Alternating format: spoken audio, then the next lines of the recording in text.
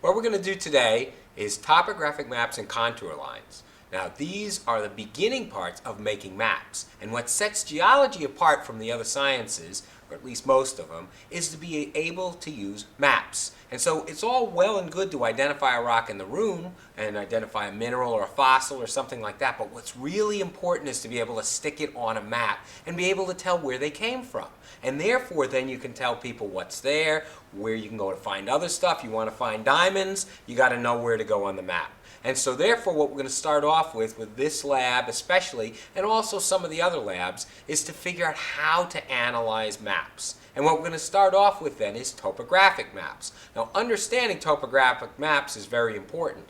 If you say someday, it could happen, you get lost in the woods or something, to be able to find your way out, you got to be able to read those topographic maps and figure out what each thing means. Whether it's a mountain over here or a stream over there, a valley, whatever it means, you've got to be able to identify it so you can save yourself. Okay, or if you're going to take a hike in the woods, or maybe you're joining the military or something like that, there's a lot of applications of topographic maps that makes them useful.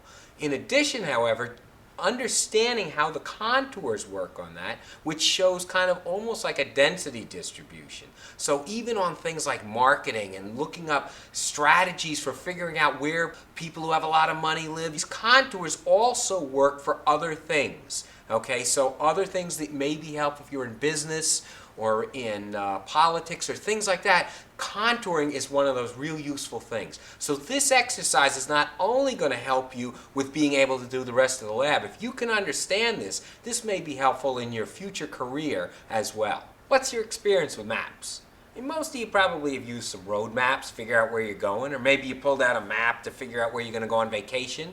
And what are those? Those are some scaled down view of the world. Okay, so they're scaled down from some big size down to something that you can deal with in the car or planning a vacation. And that's what a map is. Now what those maps are though, is those are what are called planimetric maps. They have political boundaries, they have roads, they have things like that, but they don't show the third dimension. All they are is two-dimensional, they don't show any height.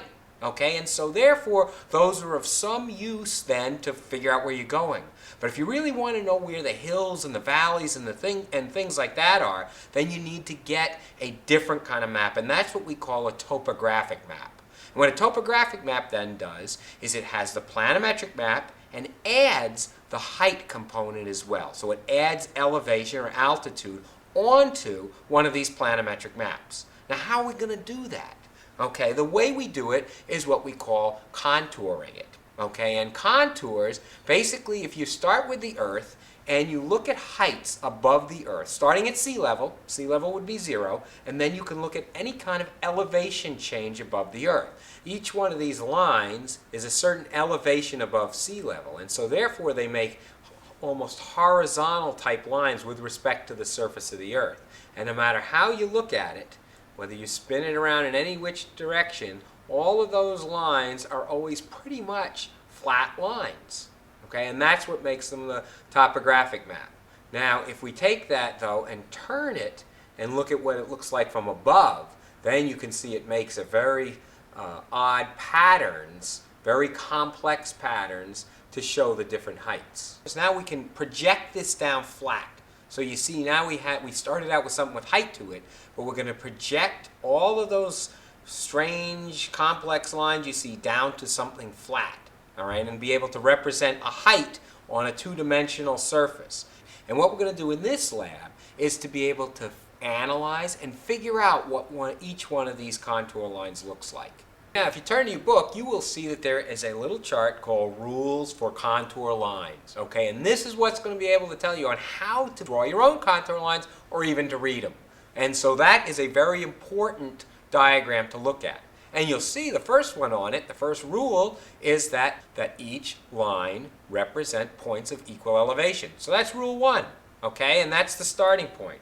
Now what the second rule is that contour lines always separate points of higher elevation from lower elevation. And that's number 2.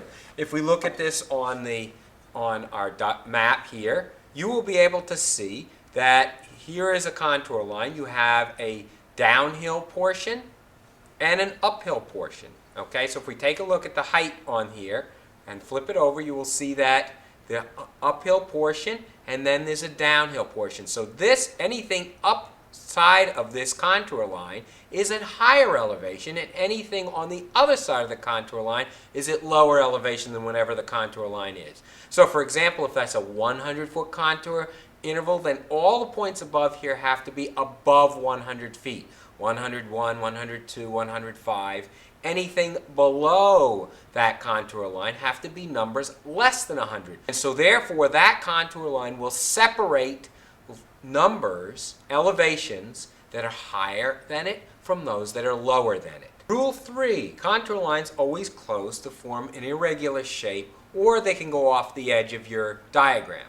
And we can see that with this block model, that if we close up, notice that all of the contour lines form a closed area. Now if I was to cut off that map there, you would see that the closure can extend out past the end of the mapped area. So they don't always have to close on your figure, but eventually they'll close. And so therefore all that rule is saying that they either close on your figure or they close off your figure. That's the next rule. If you look at the fourth rule, you will see this refers to what is called contour interval. Okay? In other words, we see a bunch of lines on what do they all mean? Well, if we look at these contour lines that we see on here, each one of these lines has to be spaced in terms of height at an even number. Okay, so the contour interval is how much distance is it between each one of these lines. And it has to be even. You can't just put them in at random numbers. So therefore the contour interval, for example, might be 100 feet, it might be 20 feet, it might be 50 feet. It just depends on where you are. And so therefore each one of these, though, is going to be in a multiple. Say it would be 100 feet, 200 feet, 300 feet, 400 feet. All of these contour intervals always start at sea level. Sea level is always 0, and they always go up in some even amount.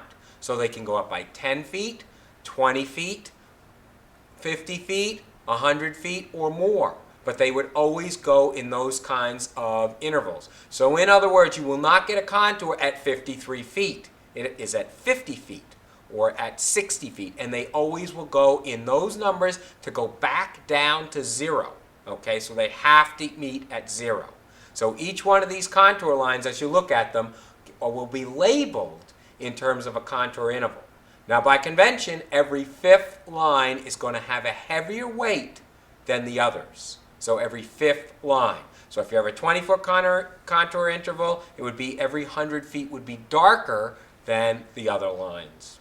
If we look closely at these contour lines, and only the black are the contour lines, the blue represents water, you will notice that they all kind of run parallel to each other, or somewhat parallel to each other. And rules 5 and 6 tell us something about how those contour lines can be constructed. So what I'm going to do is I'm going to show you over here on the blackboard what 5 and 6 rules are. First of all, what contour lines cannot do is join together, except in rare instances, and you won't have to worry about that for our purposes here. But if you can imagine, the problem is if you have a 500-foot and a 600-foot coming together, what is that? Okay, is that 500 or 600? Can't be both. And so therefore that is the reason why things can never Y. The next thing they can't do is X. Okay, because you have another problem that you don't see out in nature. For the most part, in some rare instances of cliffs and things, you might be able to have that. But again, you've got 500-foot and 600-foot. What do they do right there? Okay, you've got a point that's at 506, and that's kind of a cantilevered thing like this, which typically doesn't happen. So therefore, those two things, and for your purposes in this lab, we avoid Y's and X's. Next we'll do rules number 7 and 8 together because they represent spacing of contours. Now if we look at this, you'll notice that the spacing between the contours in most cases is about the same. However, there are areas where the spacing becomes rather wide. And therefore what we'll talk about in here is what does that spacing actually represent. If we look at contours, a bunch of parallel line contours,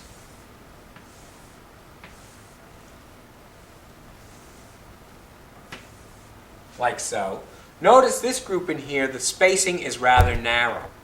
Narrowly spaced contours mean steep slopes. So in this area, this would be steep.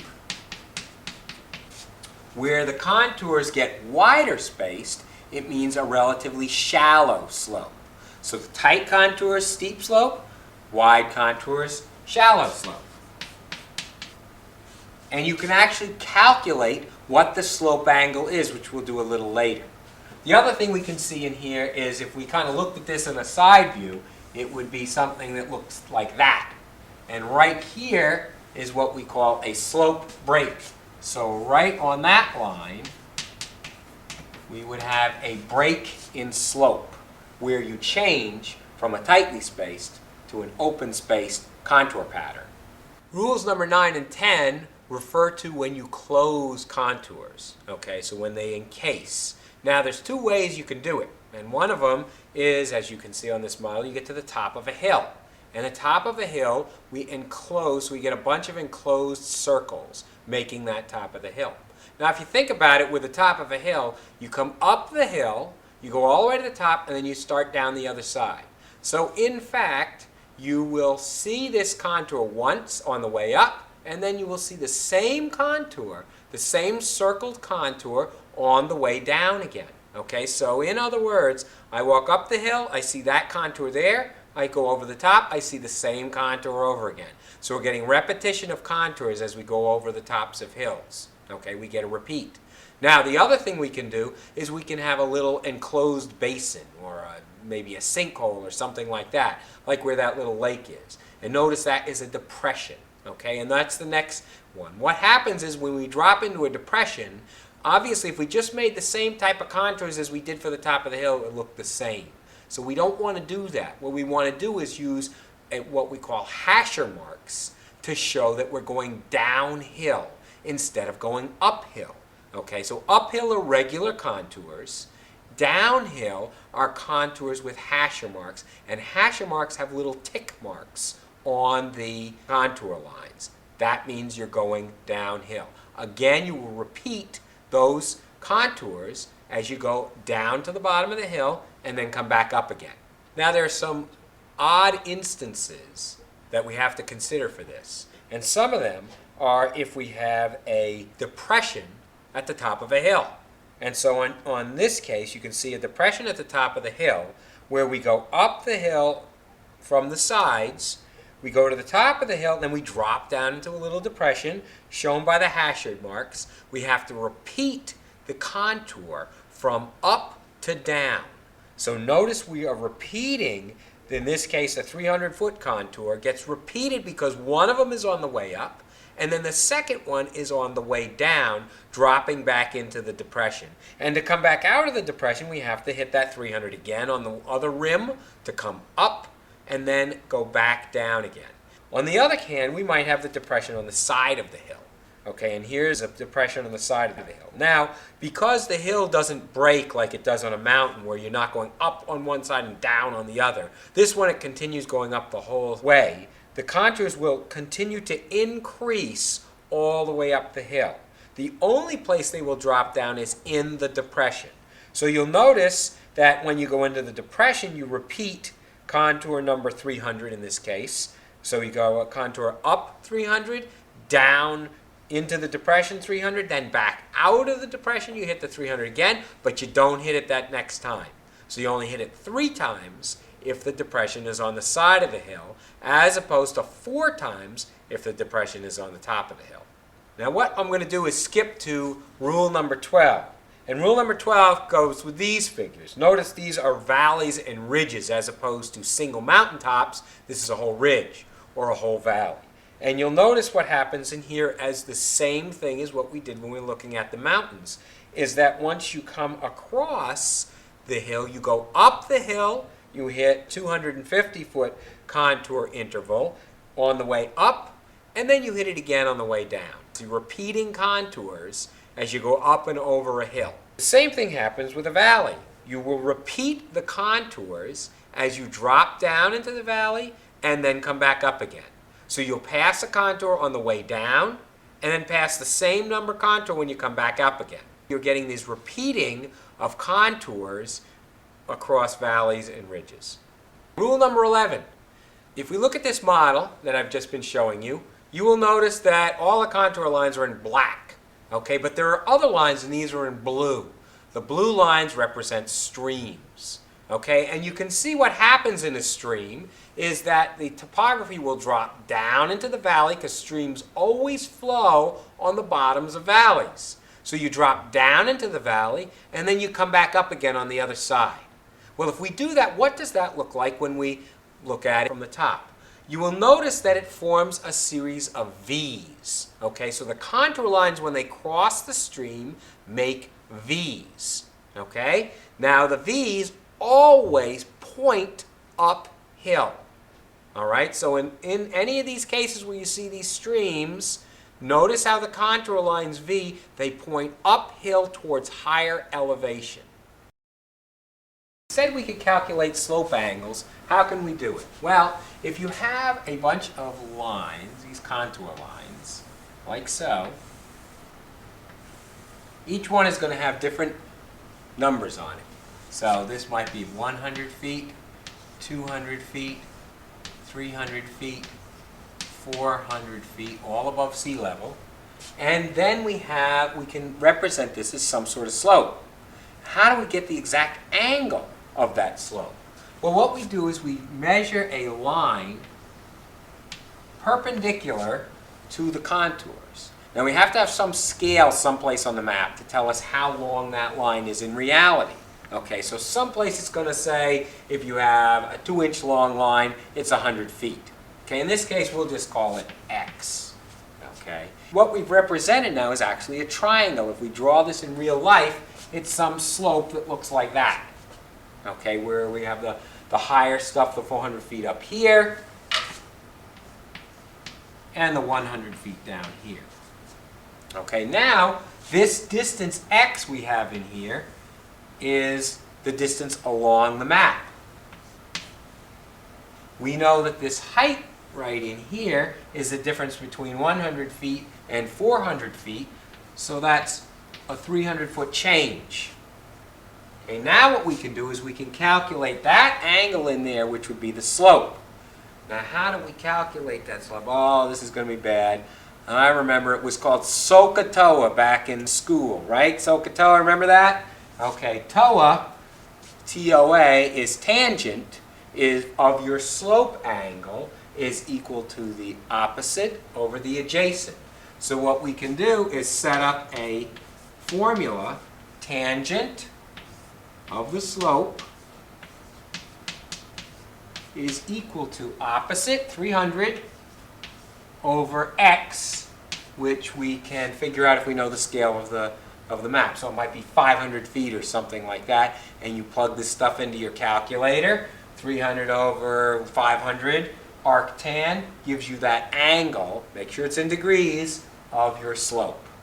Now what you're going to do is you're going to take a bunch of maps with a bunch of elevation points on it. You're going to draw your own contour lines. So here you can see on this diagram we have 2 maps with a bunch of spots on it. You can see the dark circles, the dark dots. Those are the points where your elevations are taken, and the little brown numbers next to them are going to be the elevations themselves. So what you're going to do with this is you are going to contour it at 10-foot contour intervals. Okay, so to start with, on this top one, they've already given you one contour in.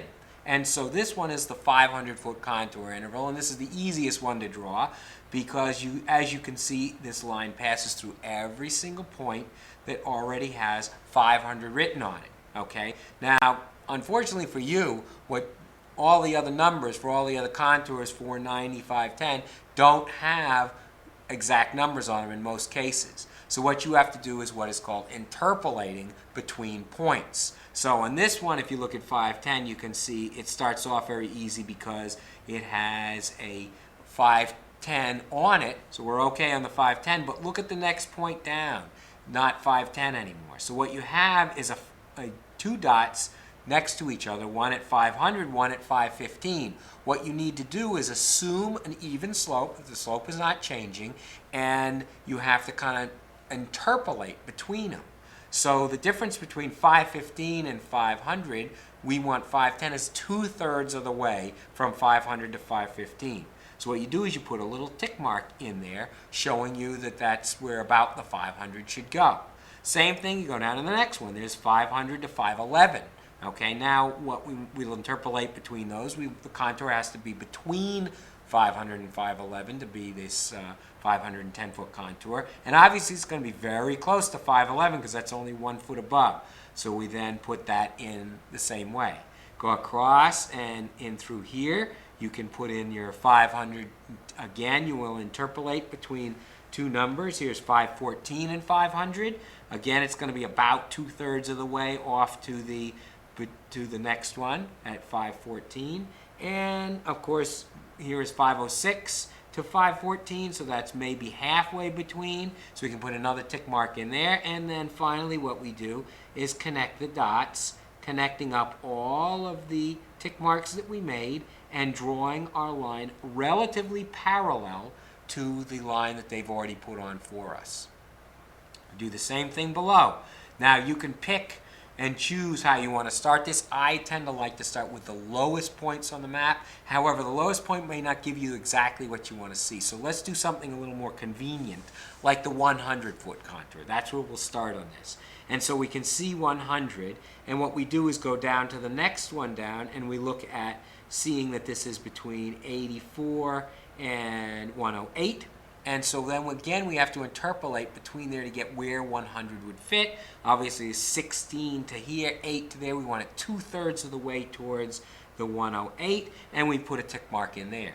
And we will go continually around and do the same thing, connecting up all the dots, estimating the 100-foot contour interval. Once we have that contour in, then we can make the other ones go relatively parallel to the first one.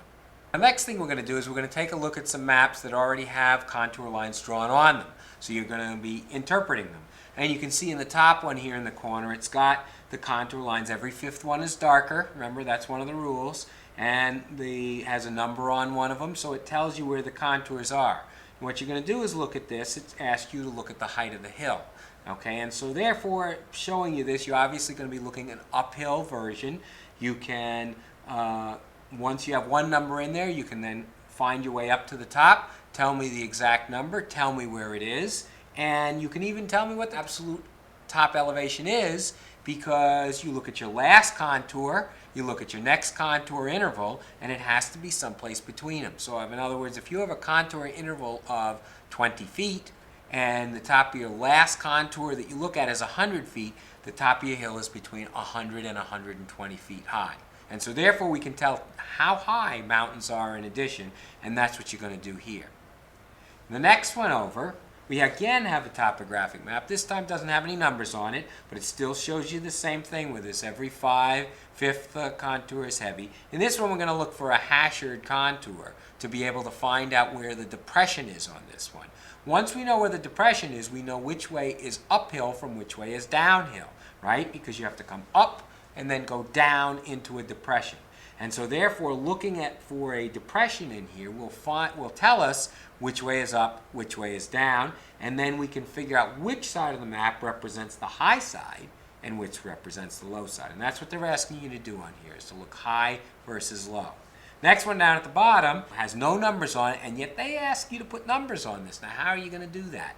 There is one key thing on here, think of datum, to tell you what you should start at. And then you're going to have to go up and label all the numbers, and you need to go back to your rules that we talked about, where you had depressions versus hills and things like that, to be able to know how to number each one of those contours. So that's what would take place on this side. The next map is going to have a same sort of thing. It's got numbers on it, and again, you're going to have to be able to label numbers, tell where things are, but in this case, they're looking to talk about gradient. Now, gradient, slope are the same basic ideas, and here they want it in terms of drop distance for length distance, rise over run. Otherwise, you can do it in angles. But in here, you're going to have to kind of look across here, label up the numbers, and then figure out how much the slope is on the different spots on the map. Next thing we're going to do is learn about topographic profile. Now here they got a nice cookbook on how to do topographic profiles right in your book. 4 steps in here on figuring out how to do it. Now what you do is you start out with a contour map, as you can see on the top here, and it's got a couple of things on it that we have to note. One of them is the scale. There's a bunch of different scales on it. Here's 1 to 24,000, means 1 inch on the map is equal to 24,000 inches in reality. That's one scale. In addition, we have bar scales to tell us what the distances are on the map. We also have a bunch of contours and a line that's been put across, A to A prime. Okay, and that's what we're going to make a topographic profile on. What you do is you cut out a piece of paper and you hold the piece of paper right up against that profile. Okay, and just like shown in step number 2, you will make little tick marks wherever a contour crosses that line that you put on there. And then you're going to put the tick mark on your piece of white paper and you're going to label that tick mark. Okay, and so that's how you're going to do it. You're going to go all the way across from A all the way to A prime and put little tick marks labeling each one all the way across. Okay, and that's step 2. Next thing you're going to do is you're going to pick up that piece of paper and you're going to put it down on a grid that you've made to be able to make a profile out of. Now what happens, we write on the side the elevations here for the profile, and we hold this right up against the bottom here. What we do is we look for where we get the same number on our strip of paper as we do on the side of the grid. So for example, down in here we have 180 feet. So we go across and we find 180 feet on the side of here. We go across to find where it lies directly above that 180 feet, and we put a little dot. Okay, and so that's one dot. Next thing we do is look at our next mark, and here it says 160 feet. So we go over to the side, we find 160 feet across on the 160-foot line until we find where they lie one on top of the other, and then we circle it. Okay, and there's our second dot, and we put a dot in. Go to 140 feet, which we have on here, go across, find 140 across on the line, put a dot. Okay, and we do that for the entire length of the topographic profile, and then we connect up the dots, and we've drawn a representation of what the hills and valleys look like if we were to look at it in side view. Okay, and that's what we have here then in this profile. Now the last thing we got to kind of think about is the side is no problem. That was the same scale as we took on the map up here. But this on the grid, where do we get these numbers to put on the side? In this case they were already there, but if you had to do it, where do you get them from? Well, they put something that would fit, basically. But these are not the same scale as the scale of the map. And therefore what we have in here is what is called vertical exaggeration. It exaggerates the features so they show up better. Okay, and that's what we've done to make on this profile. Now if you go to the box for step 4, it gives you a step-by-step method on how to calculate vertical exaggeration. You take your 1 to 24,000 scale that came off of here. That's one scale. That's your horizontal scale. Map is horizontal.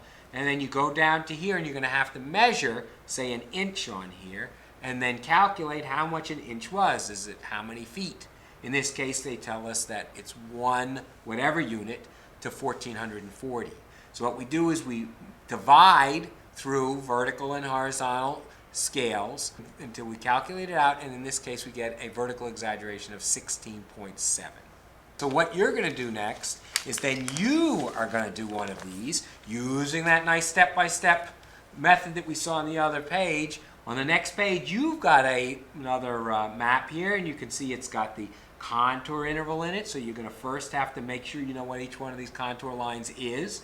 Then you have a horizontal scale over on the other side, so you can make your cross section and do your vertical exaggeration measures. You take the same piece of paper, put it on here, tick mark every place you cross a contour line, and pull that strip of paper down here. Put a scale up on the side, your scale, so that you can represent everything that you see. You want to make it so that it's so that the highest point is represented on here, and the lowest point, make it a regular scale. And then you do the same thing, write in the numbers and go across, put the dots, same way you did before, and then connect up all those dots and make a topographic profile of here. After you're done with that, see what your scale was. You got the scale up there, calculate your vertical exaggeration, uses the same thing in box number 4 from the previous page. Now, what are we going to do? We're going to do a real tough one. You get this piece of paper with all these dots and numbers on. You go, oh, I can't do that. Well, you can do that. Now, you've got all the background to do it. You have all this information. You have all the rules. Now, what you have to do is try to put them to good use and make your own topographic map, okay? Contour map. And so what we start off with is a map of Bear Lake. And we're going to make this whole area, we're going to put on topographic lines, and then we're going to do a profile on it too. Okay, and so first thing you want to do is to start contouring. Now, I recommend, there's some contours on here to show you what to do, but I recommend always starting at the lowest point on the map. And the lowest point on the map is at Bear Lake at 512 feet. And so then what we're going to do then is the first thing I should do is do the next contour up. And they're always 20-foot contours, so start at 520. So what you do then is you can find a 520 on here, but otherwise you got to do the interpolation. So in here you have 530 and 512, so it's going to be about halfway between those two. Go down to the next one. Here's 530 versus 515. Okay, that's going to be most of the way to the 515. Go up to the next one. There's 520 on the nose. Okay, next one, here we come up and we have a 522 right here, so it's going to be just below 522. Don't forget to make that contour V up into the stream. Then you go around to the next spot, and you can see a 520 up the stream. V up that stream as well. Come all the way around on that one. And then again, you just connect up the dots and draw in your first contour. And then what you do is you just continue up. Go to 540 and then 560 and 580 until the whole map is covered with contours. And that's the way you do it. Next thing, then we're going to do the profile the same way you did it before. Take a strip of paper, put the tick marks in, labeling all the contours that you can, and make a grid. Where is our scale? Right down here on the bottom. Okay, you can see it goes 100 feet, 200 feet, 300 feet, 400 feet.